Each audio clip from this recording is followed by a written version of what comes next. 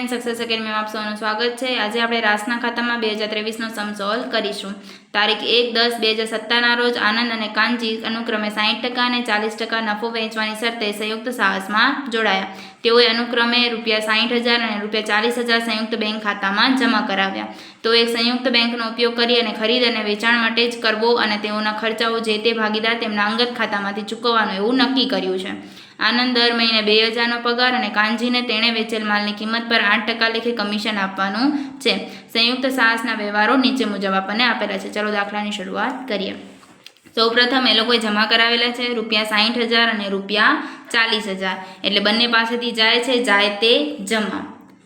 Bank ખાતે direct લખી નાખીએ। કેટલા કરાવે છે? 60,000 અને 40,000।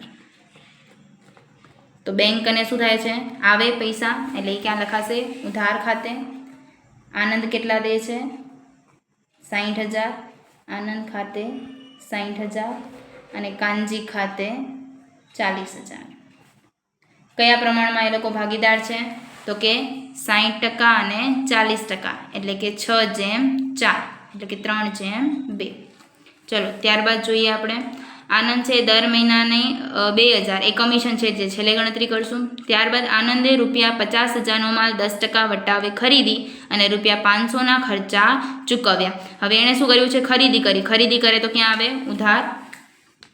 આનંદની ખરીદી કેટલા છે? 10%નો વટાવ છે, તો વટાવ શું થઈ જાય? માઇનસ થઈ જાય, એટલે 50,000 માઇનસ 5,000 એટલે કેટલા આવશે? 45,000। અને ત્યારબાદ એણે ખરીદીના ખર્ચા પણ કર્યા છે, એટલે આનંદના ખર્ચા આ ક્યાં જાય?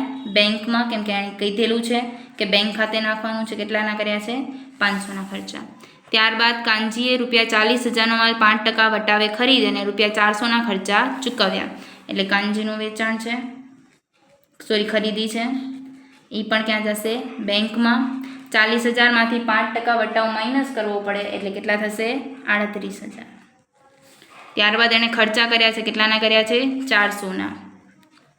કાંજીના ખર્ચા કેટલાના છે? 400ના। હવે બંને ખરીદી કરી છે બેંકમાંથી, એટલે પૈસા જાય તે જમા। રાસ ખાતે ખરીદી આનંદે કેટલી કરી છે? તો કે 45,000 અને કાંજીએ કેટલી કરી છે? તો કે 38,000। હવે ખર્ચા કર્યા એણે શું કીધું છે? પોતાના અંગત ખાતામાંથી એટલે ભાગીદારના મૂડી ખાતામાં પૈસા એ લોકોને શું થાય છે? જાય તે જમા, એટલે રાસ ખાતે। કેટલા કર્યા છે? આણે 500 ખર્ચા અને આણે કેટલા કર્યા છે? 400।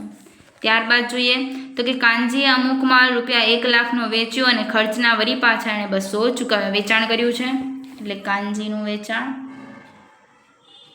એ ક્યાં જશે? બેંકમાં, કેમ કે ખરીદ વેચાણે બેંકમાં જવા દેવાનું છે।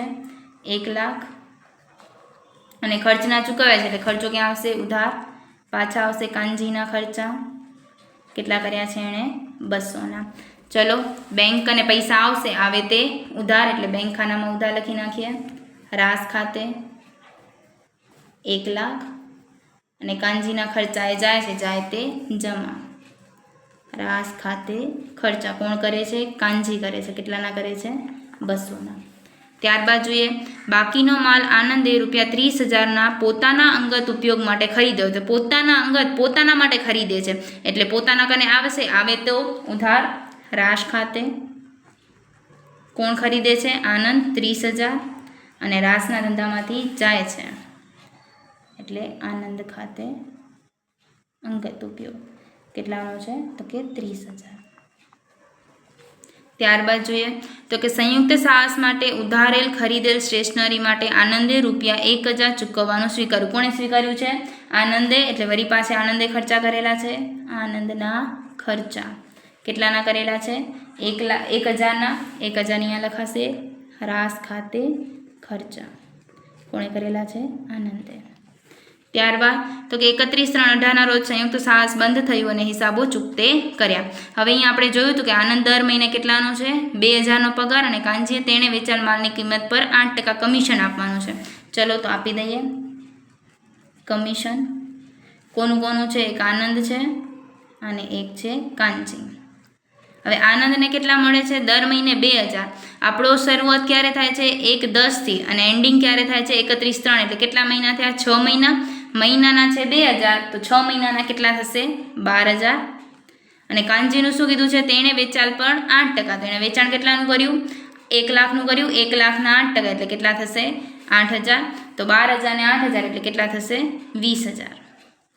ક્લિયર? ત્યારબાદ જોઈએ આપણે તો બીજી કોઈ એન્ટ્રી આપણને આપેલી નથી. ચલો આપણે કમિશન અહીંયા લખી નાખીએ. રાસ ખાતે કમિશન 12000 અને 8000. હવે ખાતાને ક્લોઝ કરીએ. રકમ 1,30,000 એટલે ટોટલ કેટલી થશે? 1,30,000.